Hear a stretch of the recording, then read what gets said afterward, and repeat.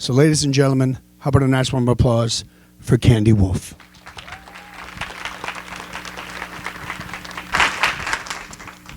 Good afternoon. Oh my gosh, I'm so excited to be here at the HOW Conference with all of you guys. All right, deep breaths. I am probably the last person that should be up here harnessing the power of the mic.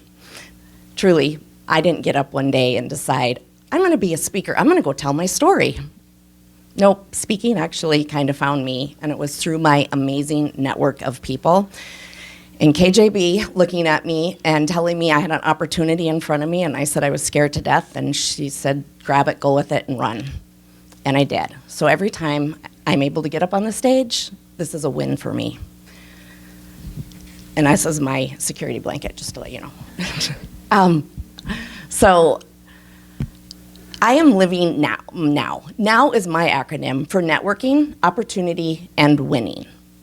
My now actually started on my 50th birthday. How many of you guys out there have made like a nice vacation for a big birthday at all? Raise your hands. Anyways, did you guys spend a little too much money on this vacation? Well, my husband and I did, but I didn't know it at the time. So outside looking in, my life looked fabulous. My youngest was a freshman in high school. My middle son had a great job. He lives in St. Paul. My oldest is married. They live in Montana, have amazing jobs. And most importantly, my husband, my love of my life, was taking me to Cabo San Lucas for a week. It was our heaven on earth. It was where we went all the time. And what could be better than that? How lucky am I? So January of 23, we got on a plane and flew down to Cabo. That first day, it was so amazing. We went shopping like we normally did. We went and had dinner. We actually got a walk on the beach that night and watched the sunset. So I was excited. It was going to be a great week. Went to bed. That next morning, the sun was coming in, and I'm like, oh, praise the Lord. It is going to be another amazing day. But it wasn't. 6 months prior to this vacation, my husband had had a total knee replacement, or a total hip replacement. 3 months prior, a total knee replacement. So a lot of physical pain.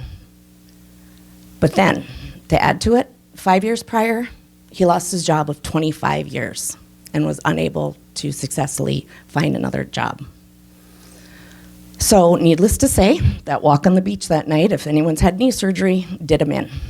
He wasn't able to do much of anything the rest of that week. So I spent the week in Cabo doing my own thing. But Thursday night, the night before our last full day, we were gonna go have dinner together. We were actually gonna have date night at one of our favorite restaurants. I was so excited. So I went to the pool that day and I thought, I'm gonna go up early and get ready because I wanna look good for my husband. You know, it's a date night, for goodness sakes. You know, ladies, do we spend a little more time when we're gonna go have dinner with our husband? But unfortunately, I couldn't get him out of bed. He hurt. He was in so much pain. I was crabby, I was irritated, and I was pouting. So I went down to the bar and had dinner by myself and went and sat down by the ocean and prayed and thought, all right, Candy, this is really ridiculous. You're being crabby. You're in Mexico. You should be happy. Tomorrow's your last day. And I was going to do anything and everything to get his butt out of bed and get out of that hotel room. So I thought, I need a good night's sleep. So I went up to the room, was getting ready, and okay, so let's add to my crabbiness and poutiness and irritating. I have restless leg syndrome. Does anybody in here have restless leg syndrome or try to sleep with someone with it? It's impossible. And then on top of it, crabby and pouty and everything. So I thought, I'm gonna sleep on the pullout tonight. We'll both get a good night's sleep. So went to bed, shut the lights off, told him good night, went and laid down in bed and thought, oh my gosh, I didn't say, I love you. Note to self, make sure you tell your loved ones that you love them every chance you get. Perfect. I went to sleep, had an amazing night of sleep. Friday, January 27th, 7:11 a.m., my phone rings. I wake up and it's like, are you kidding me? Who is calling me at 7 in the morning while I'm on vacation? So I answer the phone and it's, Dodge of Burnsville, your car is ready. Perfect. I will have my kids take care of that. I don't even want to deal with it right now. And then all of a sudden, when I was sitting there, oops, it fall over, the room was really heavy. It was kind of eerie. And my woman's intuition, we all know this, it was kicked in to overdrive. I knew something was wrong, but I didn't know what it was. So I looked over to my husband and, Ross, wake up, let's go have breakfast. No answer. So I kind of walked by the bed and touched his feet. They were a little cold, but they're always cold. So I climbed up in bed, went to wake him up, I'm going to shake him. So I put my hands on him to really wake him up. And his body was cold. It was ice cold. He had died of a massive heart attack in the middle of the night. So not only was I in a foreign country, I didn't speak Spanish. The police had to do an investigation, so they came in the room, they stole all my money, stole all of my valuables, ended up in the Cabo police station for about 3 hours being interrogated.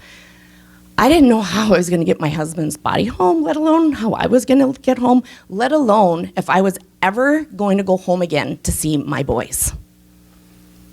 You could say anything that went wrong. I was living a nightmare, and I was the main actress. And it didn't stop there. After getting home, there's a whole bunch of financial stuff that I learned about that I had no idea. So let's fast forward a little bit. I had a network back here in Minnesota and Montana and Arizona, but I didn't have a network down in Cabo, so I had to build one. I had 3 amazing people that became my lifeline from that resort. You're probably looking at me going, what kind of an opportunity and a win can a widow who just lost her husband in Mexico have? My opportunity was, God has a plan for me, and I don't know what it was and why he took him, but my faith grew so much in those 4 days because that's all I had to rely on. As well, I found out I was stronger than I ever thought I could be. And my win, I was able to get on an airplane with my husband in a box and fly back to Minnesota to be with my boys, which I didn't know I was going to be able to do. So I just want to tie it up here. What are you guys living in the now? And what's your now? We're at the How Conference, helping others win.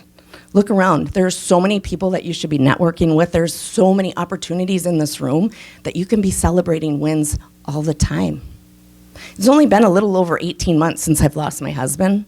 I'm a published author, a paid speaker, and I am harnessing the power of the mic to tell my story. Am I telling it the best? No, I am not. But every time I get up on the stage, every season that goes by, I become a more seasoned speaker. So I just want to leave you with this. Make sure you build that network, both personally and professionally, because you never know when you're going to need them. Opportunities, take them whether you're scared, like Kelly told me, take it and run with it, because you never know where it's going to lead you. And celebrate every single win that comes your way, because you deserve it. And I just want to leave this with you. If not now, then when? Thank you so much for listening. I'm Candy Wolff, author of Lost and Found in Mexico, A Widow's Road to Recovery. You guys have a great day.